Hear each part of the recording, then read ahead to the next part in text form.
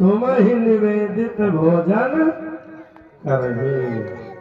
इन्हें जो भगवान को बिना भोग लगाए समर्पण किए भोजन करता है वो भोजन भोजन नहीं होता है, वो खाना है। खा ना उर्दू शब्द है, फारसी शब्द है खाना। आज घर में भोजन बन के तैयार होगा, आवाज आएगी खाना तैयार है, खा ना, क्योंकि नाम है खा ना। जब खाना खाएंगे तो तमाम प्रकार के शरीर में पेट में रोग पैदा ही होंगे। और जब पहले लोग भोजन करते थे, भगवान को भोग लगाते थे, पाते थे तो प्रसाद हो जाता। तुम ही निवेदित भोजन करही और प्रभु प्रसाद। पट, पट माने वस्त्र, कपड़ा, इन्हें जो भी लाया जाता ठाकुर जी पे चढ़ाया जाता था। पट भूषण धरही, भूषण माने आभूषण, सोना चांदी।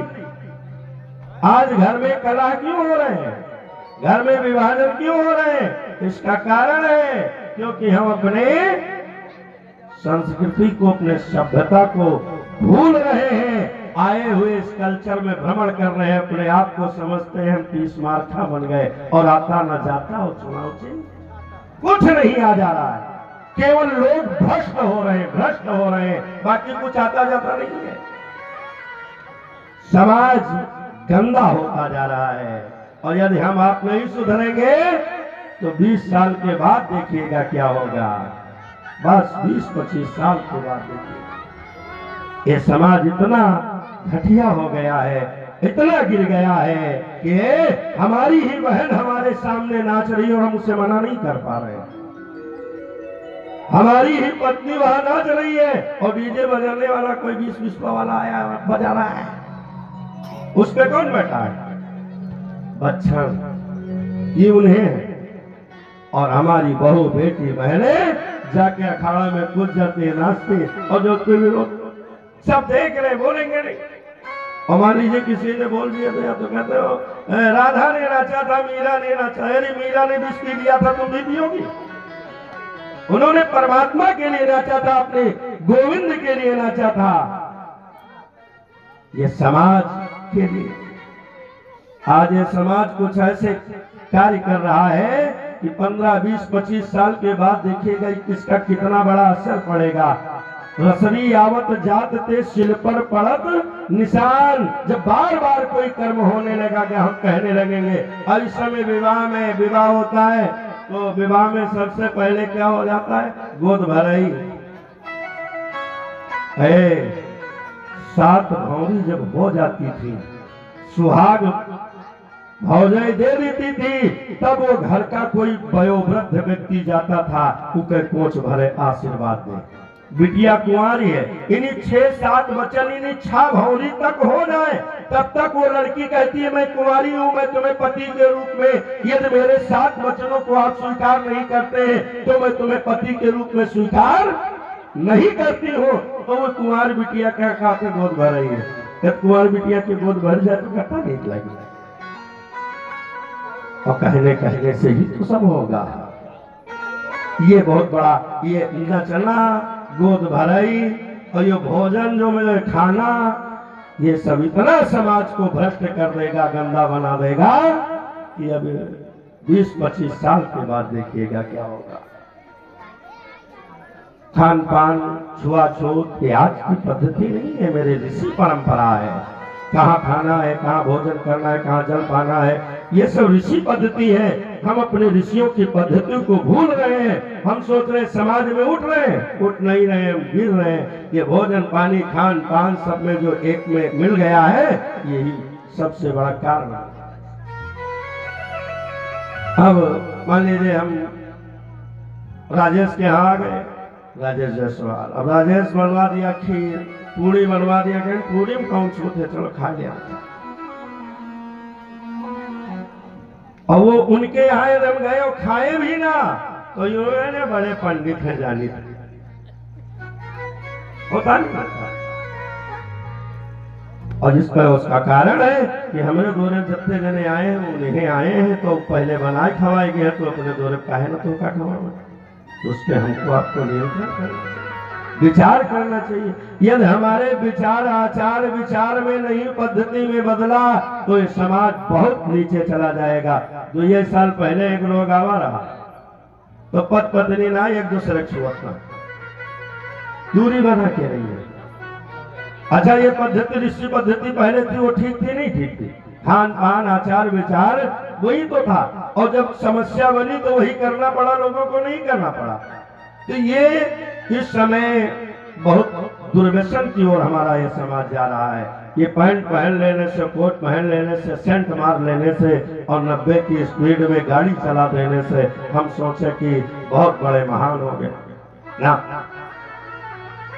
मानस की चौपाई कहती तुम ही निवेदित भोजन करही प्रभु प्रसाद पट भूषण धरे। भूषण का मतलब आभूषण, आभूषण सोना का बनता है, और सोना में किसके निवास है? कलयुग का राजा परीक्षित ने वही आदेश दिया और चोरी से लाया हुआ आभूषण। अब वो सोना अपना ही सोना, आज घर में कला विभाजन क्यों ज्यादा हो रहे हैं, समाज टूट क्यों रहा है, इसका ये सोना कारण बन रहा है। क्योंकि हर घर से लोग दिल्ली बंबई जा रहे हैं, लुधियाना जा रहे हैं, न जाए तो धन कहाँ से आवे, यहाँ कैसे, और वहां से जब आए धन कमा के लाए, अब विवाह हो गया था, कुछ धन चुरा के अपने पत्नी को दे दिया, तो सब देते हैं। ये वैसे गार्जियन का काम है, धन कमा के बेटा लावे, बाप को दे, बाप को चाहिए ये कि ये इसका पति इतने दिन के बाद आया, 10-5 हजार बहू को दे देना चाहिए, तो बाप को देंगे, और जब देंगे नहीं तो दे दिया। अब चोरी से पैसा, अपना ही धन, देखिए अपना ही धन है और उस धन को चोरी से लाके अपने पत्नी को दे दिया। अब वो पत्नी जी 2-4 दिन रही, उसके बाद कहने ना हो तो नैहर घूम आओ, चलो कह ससुराल 6 महीने बाद अब ससुराल गए, और ससुराल से उधर से 1-2 दिन रुके, रुकने के बाद वहां से आए, घर आ रहे हैं और पढ़ के बीच महाराज दिन बाजार मान तो कहने बोलू चचा कहते हैं ले चले 200 रुपया 500 बप्पो दूंगी, अब अपना ही नहीं। अब वहां कुछ छल्ला मुंदरी खरीद ली और पहन के आई है, और जैसे वो घरे आई, क्योंकि देवताओं को तो चढ़ा नहीं, पटभूषण धरी, वस्त्र आभूषण जो भी पहना जाए भगवान को समर्पण करके पहना जाए। अब वो कर्म हुआ नहीं, तुरंत उसको धारण कर लिया और पहुंच गई घर, और पहुंचते उस पे कलयुग, क्योंकि चोरी से खरीदा गया, चोरी से मानो पहना गया, अब उस पे आ गया कलयुग विराजमान हो गया। अब सास देखी, घरे जब पहुंची तो बूढ़ा अत्य दिन नहीं बढ़ाई, थान भानु पहुंचत है, सास के पाँव छुए और वो बारे ऐठी जाते कहे वो पहल गई है। अब अंत में ये निर्णय हुआ कि देख नहीं गए, इनका बुआ बनवाए देना, मम्मी बनवाए देना, इनका नहीं देखिएगा। अब झगड़ा होने लगा, तो जब ब्याह के बाद ज्यादा से ज्यादा 2-4 बरस तो नहीं बीता था, महीने बीता, तो अपने ही धन को लाया गया, अपने ही धन से बनवाया गया, अपनी ही व्यवस्था की गई, लेकिन उसमें बीच में क्या बन गया, जो हमारे पूर्वज हमारे ऋषि महात्मा लोग करते थे, सोना चांदी आभूषण वस्त्र जो भी पहनते थे, भगवान को समर्पण करके धारण करते थे, तो वो प्रसाद हो जाता था। सोना तो स्वयं कृष्ण ही है। गीता में भगवान श्री कृष्ण ने कहा है कि पक्षियों में मैं गरुड़ हूं, वृक्षों में मैं पीपल हूं, जानवरों में मैं गाय हूं, मनुष्यों में मैं ब्राह्मण हूं, इन्होंने बताया। धातुओं में मैं सोना हूं, तो सोना तो स्वयं नारायण है, फिर भी उसमें कलयुग परीक्षित के आदेशानुसार मतानुसार कलयुग निवास कर गया। आज भी विवाह में जब चुंदरी परत है तो पंडित जी पहले बतावत है, डायरेक्ट न चढ़ाए दो बिटिया को, पक्का डायरेक्ट चढ़वाए दो तो गड़बड़ हो जाए।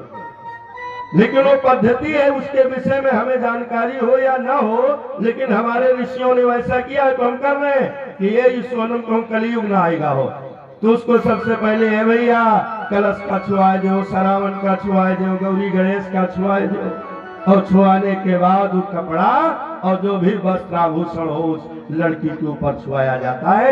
इसीलिए कि जो भी दोष हो वो दोष से रहित हो जाए, तब हम इसके ऊपर चढ़ाएं। सुखदेव जी कहते हैं कि परीक्षित परमात्मा को पाने की 9 भक्ति का वर्णन किया। प्रथम भक्ति श्रवण, दूसरी कीर्तन, तीसरी स्मरण, चौथी अर्चन।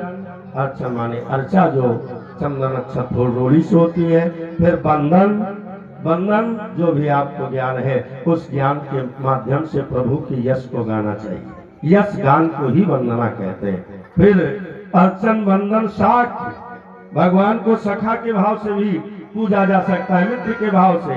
भगवान को दास बन जाइए भगवान का, इस भाव से भी पूजा जाता है। और अंत में आत्मनिवेदनम, यानी तेरा तुझको अर्पण क्या लागे मेरा। और यह लाइन बड़ी खतरनाक है। आरती में झूम के गई है तेरा तुझको अर्पण क्या लागे मेरा, खूब गई। तब आखिरी में जब आरती 5 मिनट नहीं भी तो या लास्ट के लाइन है 2 मिनट के बाद वह आरती आएगी सामने। बस जगह गावत है कोनो चवन्नी मिल जाए या फटहा नोट पर जाए तो आरती नहीं। अभी भगवान के सामने झूम झूम के ताली बजा बजा के कहे कि तेरा तुझको अर्पण क्या लागे मेरा। और 2 मिनट के बाद वादा सारे बिखर गए। अब फटा नोट ढूंढा जा रहा है, अठन्नी चवन्नी ढूंढी जा रही है, आरती आई है। अरे इस आरती इस लाइन को बोलिए ही नहीं कि भगवान के सामने झूठ बोल रहे, क्यों इसको बोल। कहने के बाद मुकर जाना सबसे बड़ा धोखा है, सबसे बड़ा पाप है। सुखदेव जी कहते हैं कि परीक्षित मानस में भी 9 भक्ति का वर्णन आया है। प्रथम भगत संतन कर संगा, दो सरत मम कथा प्रसंगा, यानी 9 भक्ति का वर्णन रामचरितमानस में भी आया है। और जब इन प्रकार के 9 भक्ति का वर्णन प्रहलाद जी ने हिरण्यकश्यप से कहा, सुनाया, तो हिरण्यकश्यप आग बबूला हो गया मारे क्रोध के लिए। प्रहलाद जी को गोदी में बैठा तो गोदी से उठा के चट्टान पे मानो पटक। और जो ही पटका तो प्रहलाद जी की माता जिनका नाम कयाधु था भागती हुई आई और लाल को गोदी में उठा लिया। तुम्हें दया नहीं? माँ के अंदर ममत्व अधिक होता है पिता से, ममत्व माँ में अधिक होता है। ऐसा नहीं कि पिता दुश्मन होता है, पिता शत्रु होता है, लेकिन माँ के सामने यदि बेटा गलत भी कार्य कोई करके आया है तो पिता बच्चे का अवगुण छुपाने का प्रयास करते, उसके अंदर वात्सल्य भाव अधिक होता है। सुखदेव जी कहते हैं कयाधु ने कहा इसे ऐसे कहे, कयाधु यदि इसने हरि नाम लेना नहीं भूला तो फिर ठीक नहीं है। इसे लिए तो जा रही हो, सुबह तुम्हारे ही हाथ से इसे विष दिला दिया जाएगा, या तो इसे हमें दे दो, हम इसका अंत कर रहे, ये मेरे शत्रु का नाम ले रहा है। सुखदेव जी कहते हैं परीक्षित माता कयाधु जी लेकर के बालक को घर आए। महल में आई, पूरी रात समझा रही, बेटा बेटा जो पिताजी कहते हैं मान जाओ। प्रहलाद जी कहते हैं कि सबसे प्रथम गुरु बच्चे की कौन होती है? माँ। और पहला ही प्रथम ही गुरु रास्ता यदि बिगाड़ दिया तो गड़बड़ हो जाएगा। मैया तुम कहते हो कि ईश्वर को भूल के पिता का, मैं मानता हूँ ये मेरे जन्मदाता है, लेकिन भगवान परमात्मा का दर्जा परमात्मा दूसरा है तो है, और आप ही मुझे बेरास्ता लिए जा रहे। प्रथम गुरु माँ होती है। रात भर समझाया लेकिन मैया चैन नहीं आया, और लेके प्रहलाद जी को जब रात दरबार में आई कहा क्यों नाम लेना बंद किया? प्रहलाद जी ने कहा पिताजी वो नाम लेने बंद करने योग्य है ही नहीं है, तो उसे बंद कैसे किया जाएगा? वो तो हरि शरणम परमात्मा की शरण में हमेशा जीव को रहना चाहिए। कयाधु तुम्हारी वाली हो गई, अब इसे अपने हाथ से जहर दे दो। जहर का प्याला लाया जाता है। माता कयाधु ने जो ही जहर के प्याले को देखा, कौन ऐसी माँ होगी जो अपने लाल को, अपने बेटे को जहर दे देगी? जहर देखती ही बातों मानो माता कयाधु जी बेहोश हो गई। प्रहलाद जी ने देखा कि अरे